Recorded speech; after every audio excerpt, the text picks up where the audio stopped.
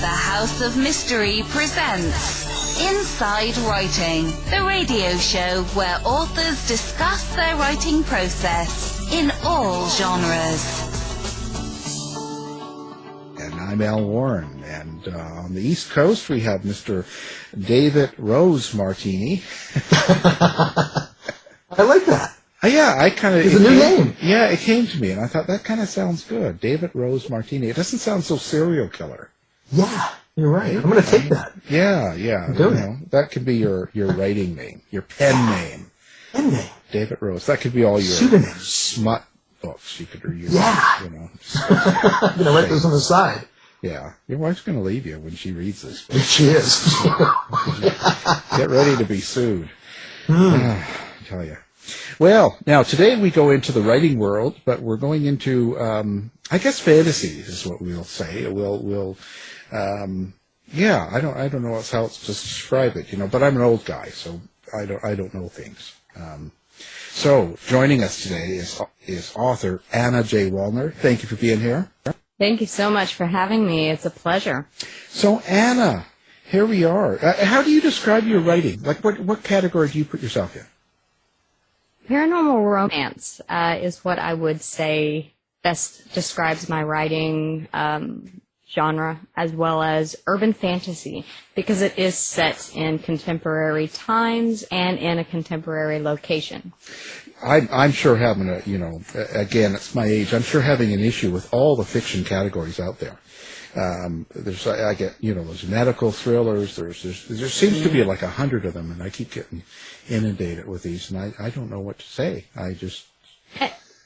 It all falls under the fantasy umbrella, and under the fantasy umbrella there are quite a few categories, so it all depends on, it's also werewolves and shifters, so you have to factor that in. Then you have magical realism. So I thought, for the purposes of the Uluru Legacy Series, paranormal romance and urban fantasy fit the book as a genre. Well, for us nonfiction writers, so how would you describe an urban fantasy? Like, what should I expect out of a book like this? It holds fantasy elements. So we have characters that are of a supernatural variety, paranormal, vampires, and lycanthrope. But they exist in the modern world in modern times. And the way the book is written, it's blended with a bit of science in that a way that the characters are believable and that you could truly imagine that the secret society in the outback of Australia really does exist, and that they could be walking among us and we would never know. Well, that's okay. When you get a book like that, okay, so let's go this way. Did you have a paranormal experience, or do you have some sort of mystical belief patterns that, or things that have happened to you in your life that you incorporated into this book? Is that sort of how you get into writing these kind of fantasies? No, it's not exactly the case. I'm very open-minded when it comes to most everything. I don't think that I can necessarily rule anything out in this world. We've all experienced things that defy explanation at times. And so it really was just a way for me to tell my adoption story in a very unique and interesting way. So I gave my adoption story to the main character, Amelia, and had her take the DNA test and reconnect with her biological family, who just happens to be this secret society of supernatural creatures. Now, with romance, I think readers are trying to, my theory at least, is trying to re-experience feelings of infatuation through the characters. And I'm just wondering what your take is on the appeal of the paranormal elements within romance, within that genre. I think vampires have always been very closely associated with the sensual element. I mean, ever since we've seen, the even the old classical literature that features them as part of the love interest. It's always a very sensual connection that the male vampire has with the female in the story. So I think it's that element of something very outside of the box in terms of relationships. Certainly not your typical relationship. And so it makes it exciting for the reader to see how that all plays out. Now, I've sort of flipped that role in that Amelia is actually the vampire in the story. So it's not your typical male vampire falls for human love interest sort of story that we've seen over and over again. I grew tired of reading those books, and they say that if you can't find the book you want to read, you should write it. So I did. Absolutely. There you go. So what comes first for you? Is it the story or the characters? It's really the story. It's the idea, the kernel of truth. Sometimes it's a simple sentence that I can't get out of my head that just resonates so vibrantly that I put it down on the computer and it takes on a life of its own. It's a starting point where it just grows into 50,000 pages or 50,000 words, and then, from there I go in and make the characters have a little more depth and do some refining when it comes to character development. I am very character-centric when it comes to my writing because I believe as a reader, if I can become invested in your characters, then I will follow them through whatever they go through.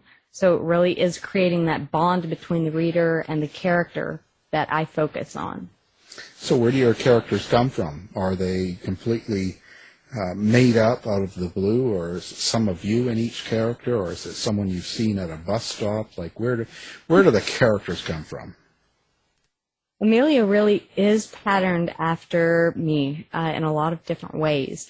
Not only her origin story, but also the way that she is very strong-willed and independent, and she knows her own mind. She's grown into, and you will see some more personal growth throughout the series, but she really has grown into a strong-willed, independent young woman, and she knows her own mind. Now, the other characters are really just a product of my own imagination. What I would say a sister would be like, no, Lindsay, this is not patterned off of you. They're completely made up. And some of these secondary characters in the book really took on a life of their own that I never foresaw happening. And then I ended up making them primary characters. So it's always fun whenever those surprises happen. I don't necessarily plan everything out. Well, I'm wondering, when you're writing these characters, can you hear the characters' voices in your head? I know I hear voices, so that's the joke, the running joke there. But do you have an inner monologue in your head that you're writing from, or are you looking at more images in your mind or symbols when you're transcribing your story to the page? It's more writing it as a reader. I mean, it really is truly building the narrative as I go. And I control the narrative. I control the way that the story is going. And so I will, my dialogue actually is out loud. So I wait until my daughter, I have a 2-year-old, and I wait until she's in bed, and I will practice the dialogue itself out loud to myself in my bedroom, which is where I write. It's the only safe space in the house that she can't get to the computer yet. And so, but yes, I will practice the dialogue out loud, but I have a minor in psychology, so that has helped me to kind of make these characters more believable. What would a person truly do in this situation? How would they react so it brings a bit of authenticity to the character. Well, that's interesting. Do you worry about exposing or putting yourself into a character and having some of your own feelings come out to the public? Oh, it's very cathartic having that happen, actually. So I've written myself into, as Amelia's character, I've written her into some situations that are very similar to mine, and I've written her right out of them, and it's amazing to be able to lend that authenticity and that experience that I've had with that particular situation to the story, and I think that's enjoyable for readers as well. That's one of the main compliments that I get from readers who have read the book, is how much they do connect with Amelia as the main protagonist and the main character. So now this is part of a series, I see. So this is book 1. What is the series about? The series is about Amelia taking over her birthright. So she was given away for adoption when she was just a baby, and then after so long now she has been called back to join the colony, and she finds that things are not exactly as she thought they were. There may be possibly a hidden agenda that she's just now being made aware of or will be made aware of, and she's an integral part of that, bringing two colonies together, two separate social communities, vampires and lycanthrope, as one cohesive group in the colony is what the main mission of the Uluru Legacy Series is. When you start to write a series like this, the Legacy Series, have you got this all lined up? Have you got it all outlined? Do you know how many books it's going to be, where it's going to go? Is it all sort of outlined, or how do you go about starting something like this? No, I didn't. I really, honestly, had planned for this to be a 3-book series and for it to end there. And then I reached the end of the last book, and whether it was a selfish need to keep those characters alive and continuing on their journey, I didn't want to let them go. And I realized that I saw the opportunity for a 4th book and to fully wrap things up. I see the endings and I see certain scenes in my mind play out like a movie. And so I knew that there would be a 4th. I have notebooks that I keep next to me in the bed, and insomnia is something that plagues quite a few writers. I'm one of them. And so I will be in bed thinking, and I say, oh, that's an amazing thing that I would like to incorporate into the book. So I do have these bullet points that I will make that I know I need to hit. But as far as having a firm outline, it is not like that at all. It's very much subjective to the characters' whims. Sometimes they go off on their own. Have you found any particular challenges in specifically writing paranormal romance fiction?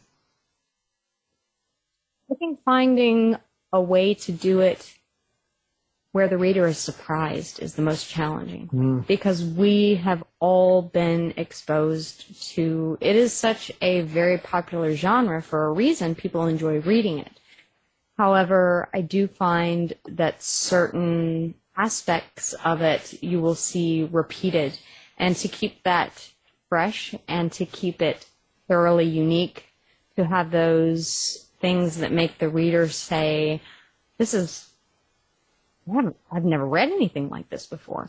That's always a challenge to think outside of the box. So, well, how do you do that? Every genre has its conventions. How do you keep your writing and your stories fresh? I really do think of the craziest possible thing, and then I dial it back, and then I dial it back, and then I dial it back. So when I think that's something that actually Pixar put out a thing on, whenever you're stuck in a storyline, you go to the most extreme. So you put your vampires on the moon, and then you say, okay, well, that's not going to work. So let's bring them back to Earth, and then let's figure out what we need to do from there, and then you say, well, we can put them in the subway. Okay, that's not going to work. So it really is a process of really taking it as far as you can push it, and then kind of dialing it back into the land of believability, and then so you really do have to push yourself in terms of thinking outside of the box and creative thinking. And I do have some amazing friends who are in the writing community who I can bounce ideas off of. So that has been an amazing thing to have. That's great. How do you keep track of your storylines and your characters? Do you have a process for that, tools that you use? Just the notebook. The notebook that I keep on the side of the bed. It's filled with all sorts of sometimes incoherence because it's in the middle of the night and I don't want to turn on the light. So it's filled with all sorts of different things from that never made it into the book, or that did make it into the book but were slightly tweaked in a way, or that's really how I keep track of it. And a lot of it is in my mind as well, because by the time you've gotten to a finished product, you've run through so many different versions of proofreading that you can nearly recite the entire book. Do you have any hobbies or activities that inform your work and that you draw and create story from? I don't think that my personal hobbies really segue that much into the Uluru Legacy series. We do a lot of fishing in my family. Okay. So they're in the middle of the Australian outback, so we don't see a lot of fishing there. I did incorporate some aspects of living in Texas because Amelia is from Texas. So there are a few subtle things there that are sort of preconceived notions about Texas. We make a few jokes in the book about where are all of the cows, or where are all of the horses. I thought everyone rode horses and there's nothing but cars on the freeway. And so, we do take a few little jabs here and there, but that's about as close to my real life hobbies and real life as it gets, because it is very much a fantasy world. Interesting. So now I wonder about this now.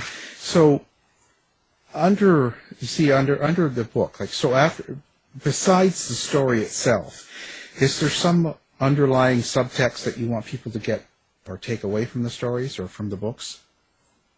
There is. If you read carefully, there is an underlying theme of acceptance of two different cultures, actually several different cultures. By the time we get to the end of the legacy, you will see other supernatural beings that are introduced. And it is really an overall theme of acceptance, not only of other cultures, backgrounds, ethnicities. They try and incorporate as much diversity into the characters and into the narrative as possible, but also acceptance of yourself and the way that Amelia accepts the challenges that are thrown at her, and she does so while still maintaining true to her morality. And I tried to write for my daughter a strong female character that has strong morals and beliefs, and she never sacrifices those, even when she has the opportunity to take the easy way out, when the more difficult way is to do it as a leader, as a strong, independent woman. And so that's really what I want readers to take away from the character. So what do you love about this story? Everything. I mean, really, it's been a joy to create the entire series and to walk alongside the characters as they grew into their own, and as they went on their own adventures and got themselves into trouble and out of trouble, as they fell in love, as they experienced things for the first time, as we see how, life and death plays out, and just being able to take that journey along with him. When I was growing up, that was my primary means of escape, is to read. I was always that young girl who had her nose in the book. And so it's still to this day, I enjoy reading, literature, and writing. So you're saying as a kid, so where did it start for you? Like, how did you become a writer? I think being a writer was a natural progression from just continuing my love of reading and of literature. I've kept a journal ever since I can remember. I have some from probably 6th grade. And Hunter Slayton, I still am mad at you for not asking me to dance at that, party. It's really, I've kept all of those, and they're hidden away somewhere for nostalgic reasons. But I think just it's a natural progression for me to continue to dabble in the act of writing. I wrote for the newspaper in school, and then I wrote some short stories along the way, and I never really did anything with them, but I found joy in just writing them and getting that story down, and I would share them with people just, for them to enjoy, people in my life. And then I really took the risk to create something big with the Uluru Legacy Series. I wonder, but what was the catalyst that gave you the courage to actually decide that you could publish something, like to send it out and have someone publish your work? I got angry. I got very upset with my own limitations I was putting on myself. I felt, as a lot of authors do in the beginning, that negative self-talk and saying, this isn't good, this isn't, you don't have the talent. And then I read it and I reread it and I kept working on it.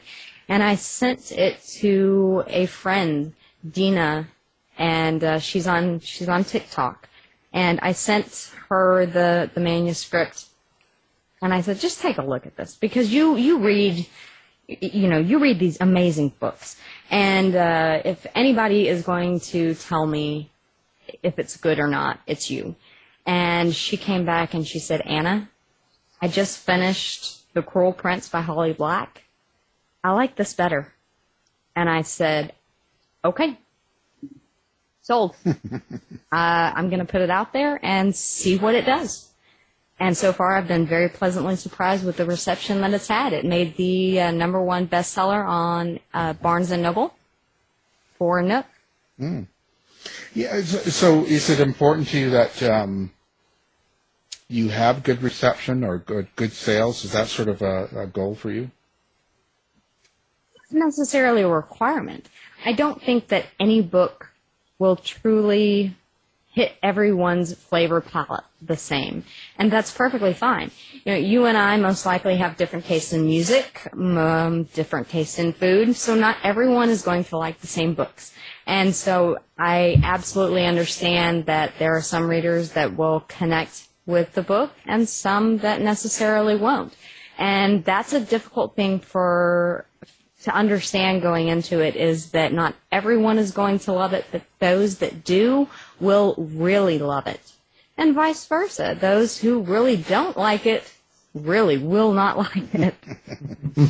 Are you worried about, the social media aspect of the world now, how everyone's online and, Facebook and Instagram and all that sort of thing? Do you sort of, do you interact with that quite well, or are you a little bit nervous about it? No, I do interact with it quite well, and it is a constant effort to be updating your information. So once you have a new graphic, it needs to be shared everywhere. And so you need to make sure that is done, interacting with the community if someone comments on your post. getting to that in a timely fashion, I think is just a great way to interact with authors on a different level that we have not really seen. We've seen it grow now during this past year and a half due to certain circumstances. We've been limited to use social media and leverage it in any way that we can. So authors are becoming more interactive on social media with their readers. And I think that's a trend that we'll continue to see even when in-person book signings are allowed again and we get back to quote-unquote normal. I'm wondering who your influences are and if you have any influences that might be surprising to your fans. Yes.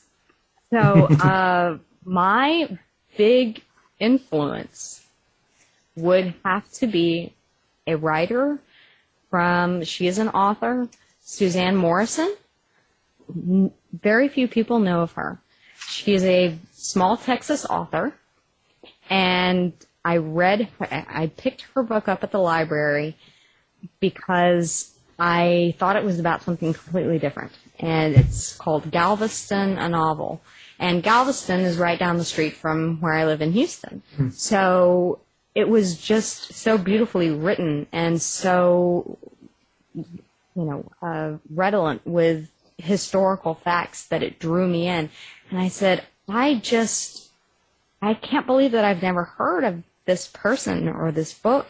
And this small town Texas author could write something this amazing. Do I have the capability to do that as well? And I recently had the opportunity to speak with her over the phone, and she really encouraged me to just keep pursuing, that goal of writing and to get those, what they say, the 10,000 hours in, and to really grow your voice as an author. And I think that's how everything really started, and now I do see a difference in my writing style, how it's evolved over the series. How does it change you when you complete a book like this? The act of completing a book in and of itself is a version of success. Being able to put it out for people to read is a version of success. Having one person buy your book is a version of success. Having one person recommend that book or leave a review on that book is also success. So I would have to say, for all intents and purposes, I consider myself a successful author. Well, there you go. I think everyone's level of success is, interdependent. So for some, that is making a list or having a title. But for me, it's the simple act of completing the book, putting the book out there for people to read, and it's just a bonus to have people enjoy the book and to talk about the book and recommend it to other people. Absolutely. After writing darker sections of the book, do you have a way to decompress, or do you even need to decompress? Can you just move on to the next thing? How does that work for you? There really aren't a lot of dark parts in the book, and I think that's from a standpoint of myself. I don't consider this to be a real gothic kind of vampire paranormal romance. It's more upbeat. It's more focused on the story of Amelia and Roan and the colony itself. So we do have some parts that are, where contention occurs, and we do have some, dark parts, but really they're not to the point where it's where it's anything that's shocking or that would, it's very YA. The first two books are very YA appropriate, young adult appropriate, both in terms of content and in terms of language. So I wanted to keep things a little on the lighter side and just an enjoyable read. So How do you feel about your characters? You talk about them a lot, and I know we ask a lot of fiction writers, their relationship with their characters, and a lot of them will say different things like they're like my children, their family, their, all that. So, what's your description of your characters? Like best friends. I mean, they really are, because they're always there for me whenever I need them. Whenever we need to visit, then I will reread. I'm currently working on the 4th and final book in the series, and so I'm doing the final polishing and editing, which is never fun, but needs to be done. And it is like visiting an old friend to get back into that narrative and revisit them. I don't know if I can truly say that that we'll never see them again. I don't know that. I haven't made that choice or decision yet, but I do know that the Uluru Legacy series will end with the 4th book being the final book. So, a lot of death? No, just No, just hopefully a very satisfying wrap-up to the ending for all of the characters and for the readers of the series, the fans of the series. Well, it could always be a dream, right? And they come back, It could be. There are so many multiple different ways that I've seen other authors approach, revitalizing a series or bringing back some of the characters from a series, either from a different character's perspective or from a different time period or something like that. And that's something that I may revisit depending on a myriad of different things. But at this time, it is time to wrap the series for now. I'm wondering, you're writing a paranormal romance. Are there any other genres that you're interested in writing in, or do you plan to stay in paranormal romance and anything else that you've been doing? Yeah, I do take on some side projects, works in progress that are of a different sort. So whether or not it's just as a way to get some story out of my mind, something that I've seen on TV and I want to extrapolate on. So I consider those writing exercises. So I do have several different things that could potentially turn into novels or standalones or a series. So we shall see. I can't give a definite on that because I do have a soft spot for paranormal romance, for fantasy in general, the act of writing. There's something so freeing in being able to lose the constraints of, say, a medical thriller where the author really has to do a lot of research, or a historical romance where you have to do a lot of that historical research and digging. And although there is quite a bit of science blended in with the fantasy aspects in the Uluru Legacy series and history as well, I did have a lot of freedom in writing under that fantasy umbrella, which is why I think I enjoy it so much. So we shall see if I stray from that, but for now, it's going to be fantasy. Do you have favorite writers in the fantasy world? Gosh, I really don't. I really don't. And the reason that I can say that is that every author's voice is unique. So while I may have a favorite sci-fi author, I think Blake Crouch is amazing. While I may have a famous, fantasy writer, let's just say, Sarah J. Maas, I appreciate her books for certain aspects of what she does. Jennifer L. Armentrout for different aspects of the way that she writes. But I think each individual author has, a following and a voice, the way that they write, that is so unique to them, that I have to say there are multiple different favorites I have for multiple different reasons, just because of the way that they write.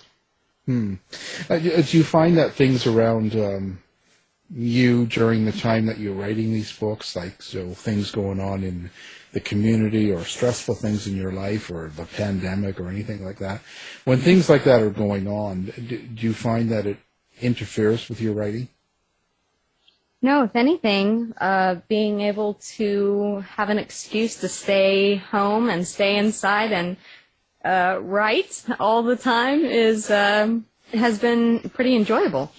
I'm an introvert by nature, so I tend to stay, if I can. I'm not a big partier.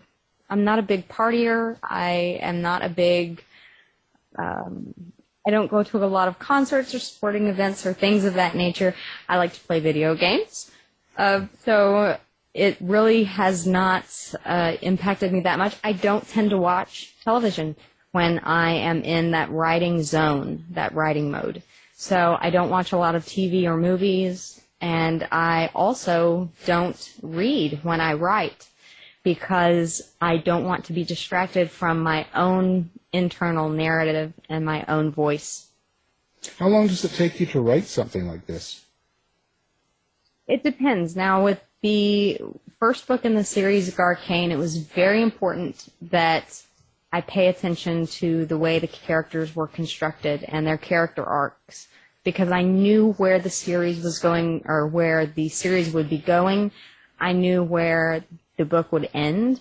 I knew on what note it would end.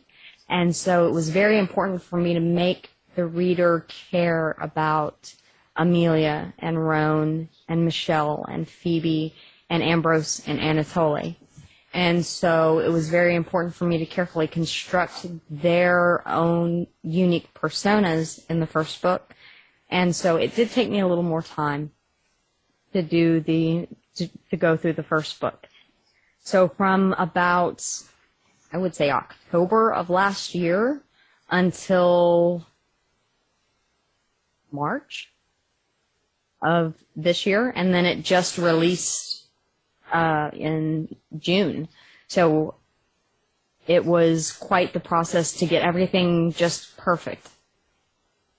But the second, third, and fourth books went relatively quickly in comparison. I would say the rough draft of those, now mind you, this is me staying up until 2 or 3 o'clock in the morning and being extremely exhausted, what I call riding the creative wave. When it comes, you have to go. You really do. And so they took probably about a month to rough out the draft, and that's probably a 50,000 word, 60,000 word draft. And then, of course, going back through and adding in more details and adding more depth to certain scenes and to certain characters. Well, you talked about using notebooks. I'm wondering, do you primarily compose on paper, or are you more in the digital realm when you're writing? No, I have my computer, my laptop, and that is what I write on. Everything is done on the laptop. So, but I have to always have that pen and paper just for when the inspiration strikes. Now, if I happen to be driving, then that voice assistant is very handy. I have sent so many strange text messages to myself while I've been driving using the voice assistant that does not understand my Texas accent. So I have to go back home and sort of translate my text messages whenever I get home. But yes, I do find that keeping a notebook is quite helpful. So I like to have that at the ready when those ideas strike, because the way that I term things and maybe the fluidity of the sentence, the efflorescence of the sentence itself, might get lost if I were to wait to write it down. So what would your advice be to someone that is currently writing but not published?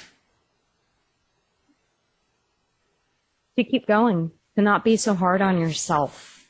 I think that's really where a lot of authors get stuck, is not believing that they can do this. Because when you are on page 15 and you know that your goal is a 300-page book, that goal seems insurmountable. But if you just give yourself over to the creative process, the writing process, just trust yourself to put down junk in the beginning.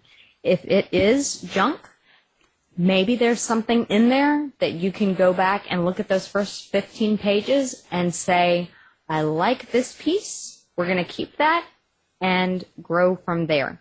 So just go ahead, jump off, and start writing. And what you can use out of those first 15 pages, use. If you don't like the idea, then start over, but never stop, never truly stop. Because there is a story inside of you. If you're feeling like you need to tell it, I really do believe that you're the right person to tell that story at that time, and it will come to you when you least expect it. I've had, ideas come to me when I've been vacuuming or doing the dishes or doing the laundry, and I will stop right then and there and go pick up that notepad. So just don't give up. What do you think the hardest thing is about writing, or the thing that you find most frustrating? Editing. Good gracious. And I've come to accept it over the years. we're not on the best of terms yet, but it is a necessary evil to go through the editing phase, and it seems to last forever. It is the most laborious and painstaking part of the process, but it is also one of the most important parts, because you do want to give readers something that is fully polished and enjoyable to read. So, Have you ever thought about writing with another writer? I have. I am working with, we have another writer under our house, Silver Dawn Publishing. Her name is Jenny Lee Pezzano, and she is fantastic. She has a much different writing style than I do. She's a poetess first, and she's very efflorescent in her writing style, very descriptive, and it's so beautiful to read. We have talked about possibly working on a project together. That is still something that has only been bandied about and not committed to. So I've thought about it, but it's not something that I'm actively working on at the moment. Is there anybody out there that you would love to meet and work with, that you sort of like?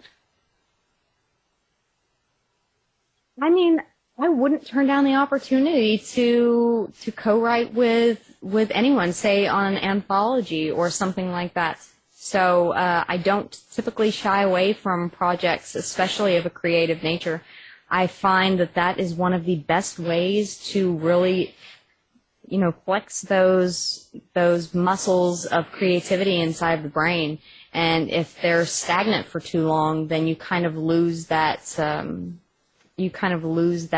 flexibility in your writing. And so I always like to be challenged in my writing in a way. So yes, if I were given the opportunity to contribute to an anthology or a compendium, then I would gladly take that. But as far as a particular person, I can't necessarily say who.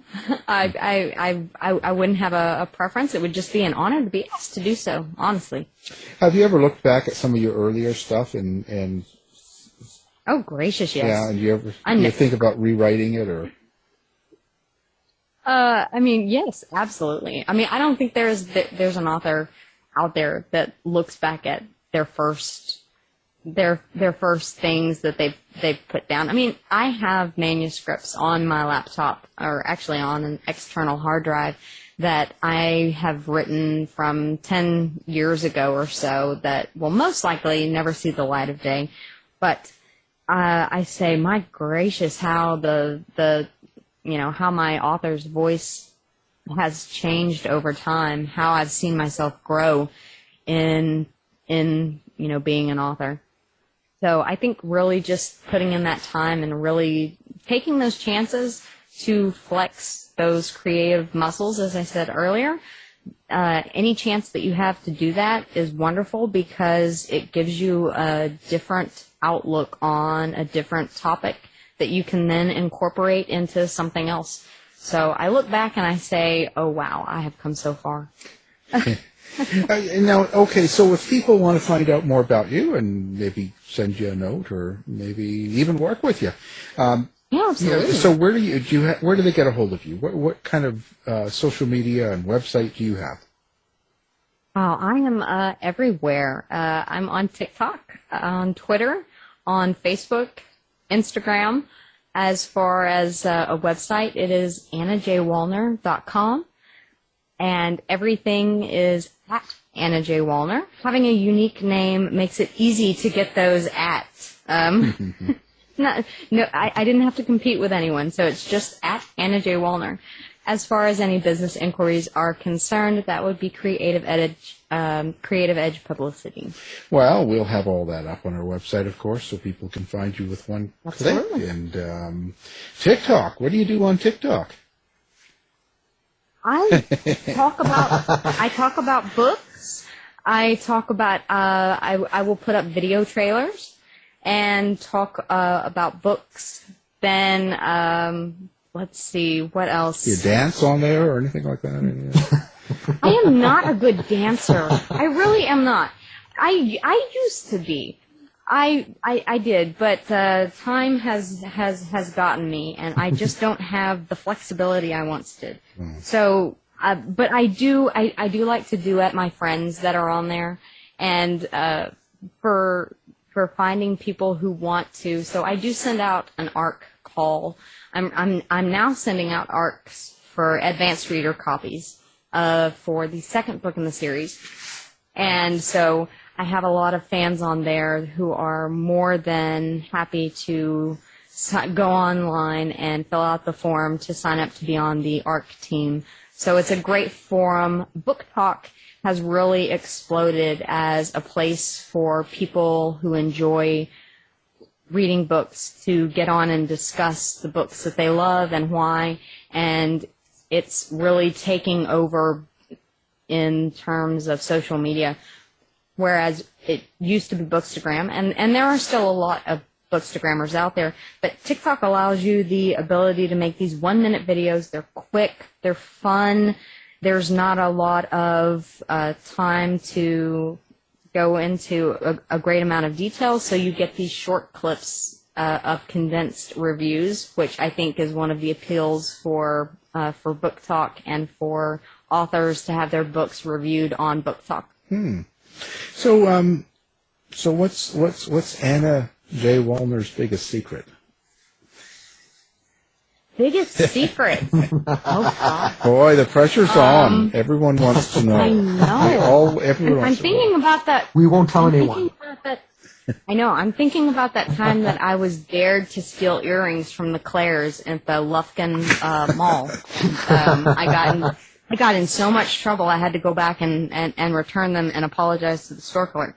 No, my biggest secret, I think, would be that I am not as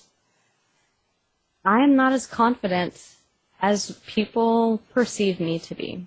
I, too, have my self-doubts. I, too, have days when I think that I am not good enough, when I have times that are difficult for me to see myself being a writer, being an author full-time. So I think that's my biggest secret. Although when you're on social media, there is that pressure to be, very confident and appear to have it all together. Guys, I really don't. There are dirty dishes in the sink right now that I need to put in the dishwasher, and I don't plan on doing them today. Oh, boy. So there you are. I am nasty secret. I have my dirty. Yeah? Yes. Terrible, nasty, dirty secret. Do not go to Anna's house, you'll see dishes in the sink. My, Do so at your own peril. yeah, disgusting. Anyway. Well, it's been a pleasure. We're glad you came by. Our guest today has been Thank you the so much. author of Garkain, and it's book 1 of the Uluru Legacy Series. I can never say that word.